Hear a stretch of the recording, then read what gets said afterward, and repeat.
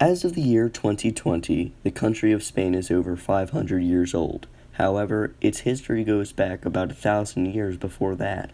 Modern Spain is located in what is known as the Iberian Peninsula. However, Spain was not always as big as it is today. It has a rich and complicated history. The most notable event in all of Spanish history is the Reconquista.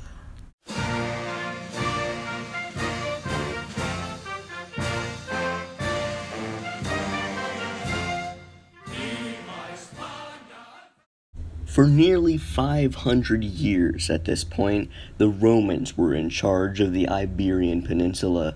However, around the year 500 AD, the Iberian Peninsula came under the rule of the Visigoths.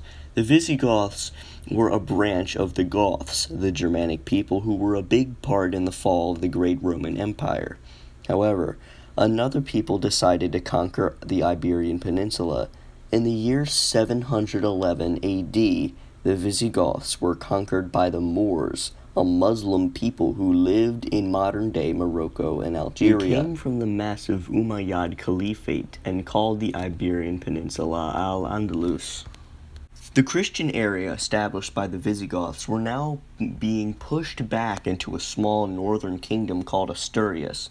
Along with this, the Moors were moving upward, also trying to invade the Frankish Empire. The Moors people continued to push Asturias back north until in the year 722, when Pelagius, a Visigoth nobleman, rebelled against the Moors and started the Battle of Covadonga.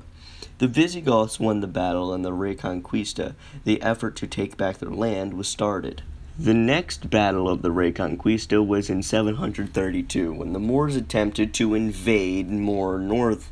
The Franks fought back with the Battle of Tours. This battle was victorious by a Frankish army led by Charles Martel, and they set the boundaries that the Moors could not cross. The Moorish land on the Iberian Peninsula became Cordoba. The next battle of the Reconquista was from 799 to 801, when the Franks took back the city of Barcelona from the Moors. The Christian people of Asturias reached their last straw in 997, when a Moorish leader, Almanzor, ravaged through Galicia and burnt down the sacred shrine of Santiago de Compostela, stealing 3 sacred bells for their own great mosque. The Asturians had it, and around the year 1030 they had evolved into the Kingdom of Leon.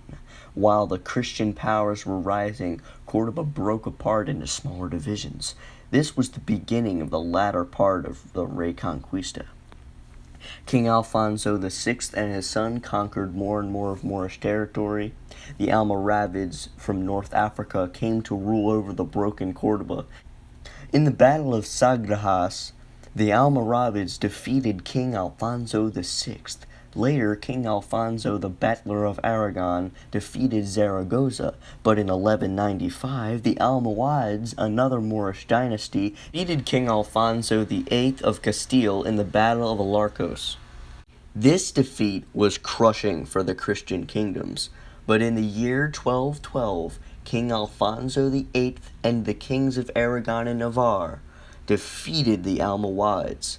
This was the greatest victory of the Reconquista. Much like what the Moors did to the Visigoths, the Christian kingdoms did to the Moors. The Moors were pushed back down into a southern area called Granada. During this reconquering of the Moors, the sacred bells were finally returned to Santiago de Compostela.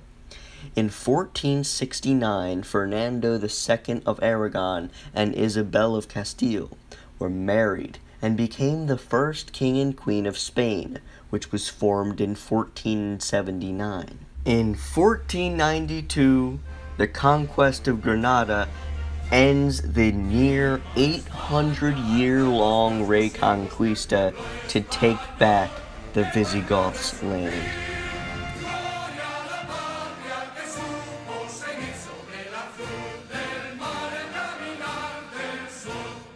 Después de muchas batallas, España derrotó a los moros. Después de 700 70 años, España salió victoriosa. España ganó uno de los conflictos más largos de la historia. Después de la conquista de Granada, Cristóbal Colón recibió permiso para ejecutar su expedición. Si España hubiera perdido América del Norte y del Sur, no se habría descubierta durante mucho tiempo. I chose to make this video on the Reconquista because it is an epic story of the Visigoths triumphing over the invading powers of the Moors, a 770-year-long struggle of the Visigoths to retake their land seemed like an amazing origin story for the country of Spain.